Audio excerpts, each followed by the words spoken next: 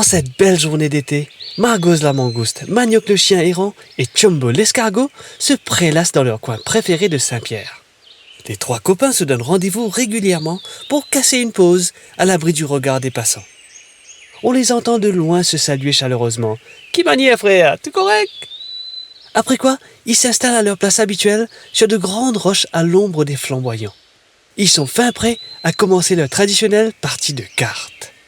Grande et fine, Margoz la mangouste, qui confond toujours vitesse et précipitation, joue la première sans prendre le temps de réfléchir. Avec ses deux yeux globuleux, Chumbo, le jeune escargot, est l'intello de la bande. Il est drôle, attachant et très intelligent. Hélas, la rapidité n'est pas son fort. Il prend des heures pour effectuer chaque geste et parle en détachant chaque mot. Tant et si bien que Manioc, qui roupille dès qu'il en a l'occasion, se laisse doucement gagner par le sommeil. Quand les premiers ronflements se font entendre, Margoz se met à grogner. « Qu'est-ce ça? Tellement te me prend le temps! Il commence à dormir tout! Dégagez, Chumbo !» La voix aiguë de Margoz réveille en sursaut le pauvre Manioc qui glisse de sa roche et atterrit tête la première sur le sol. « Aïe, mon les reins !» Heureusement pour lui, rien de cassé aujourd'hui. Cet épisode a au moins le mérite de lancer la partie pour de bon. Tout en jouant, les compères discutent. Le sujet du jour, c'est la grande course de trail qui ralliera Saint-Pierre à la montagne du Pouce et qui aura lieu dans 12 jours. Bien entendu, en grands sportifs autoproclamés, Margoz et Manioc vont participer. Prétentieuse, la mangouste parle même de gagner la course. « Barrez-moi, Vini !» dit-elle en se trémoussant. Prenant son courage à deux mains, Chumbo annonce d'une voix hésitante qu'il compte également effectuer le parcours. Cet aveu fait l'effet d'une bombe. Ses deux amis le regardent avec des yeux de merlan frit. « Eh, copain, te sérieux? Pas fait rire !» Les voilà qui éclatent franchement de rire. Bon, pour le support et la solidarité, faudra repasser, pense Chumbo. Il sent son cœur se serrer, mais il refuse de montrer qu'il est affecté. Heureusement, il a la carapace dure et se met en mode bredsonge. C'est un peu son super pouvoir à lui. Il fait comme la feuille de bredsonge quand il pleut.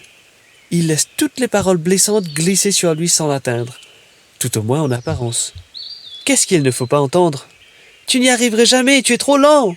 C'est trop dangereux, tu vas te faire écraser. Et aussi, coupe pas capable galouper. Malgré toutes les mises en garde imagées de carapace brisée, d'estomac transformé en châtaignée sur le chemin et autres remarques peu encourageantes, l'escargot ne se laisse pas démonter. Quand la partie de cartes s'achève enfin, Chumbo est soulagé. D'habitude, ces rencontres ont pour lui un goût de pas assez. Cette fois cependant, c'est loin d'être le cas. Une fois ses copains partis, il peut donner libre cours à son chagrin. Il est tellement absorbé par ses sombres pensées qu'il ne regarde même pas où il va et se cogne subitement contre une grosse boule de poil. C'est Moutaï qui vagabonde dans les champs de canne. Tout le monde connaît le vieux lèvre aux longues moustaches. C'est le sage du quartier. Voyant l'émoi de l'escargot, il prend le temps de l'écouter se plaindre pendant les longues minutes. D'abord vient la phrase d'Essie. « Aïe, si seulement j'étais aussi fort que Manioc. Si seulement j'étais sportif comme Margoz.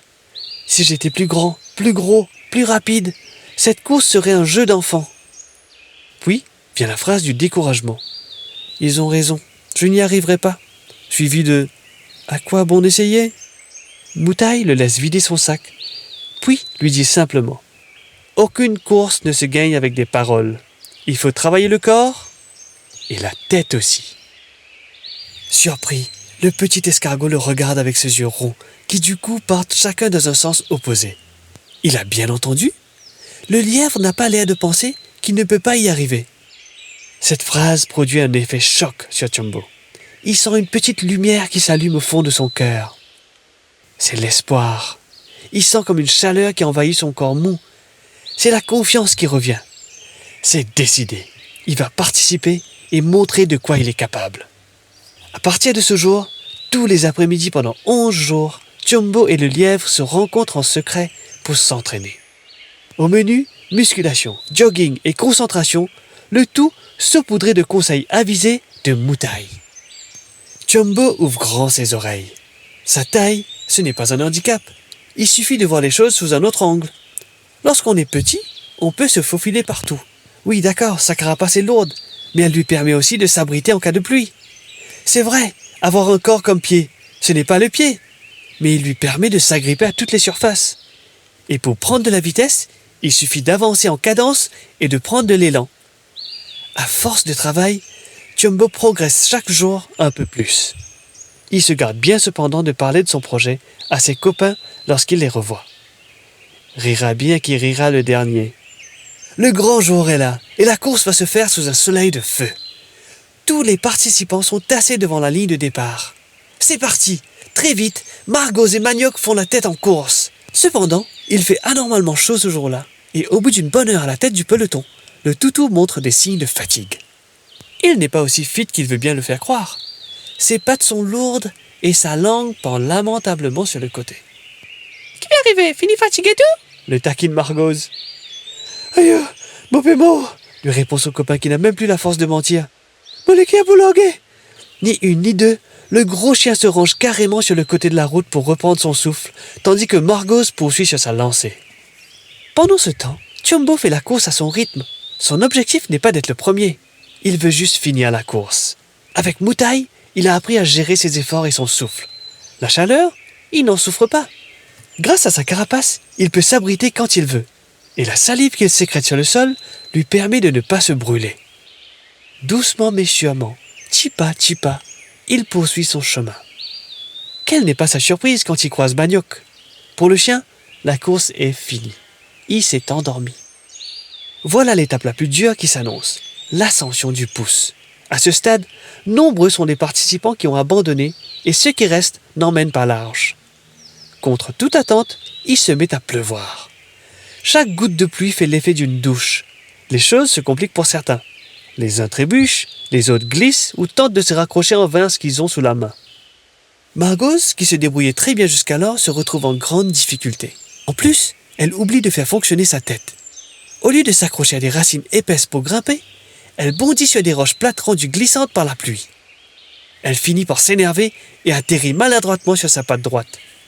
Aïe! Impossible de bouger. Oust la mangouste.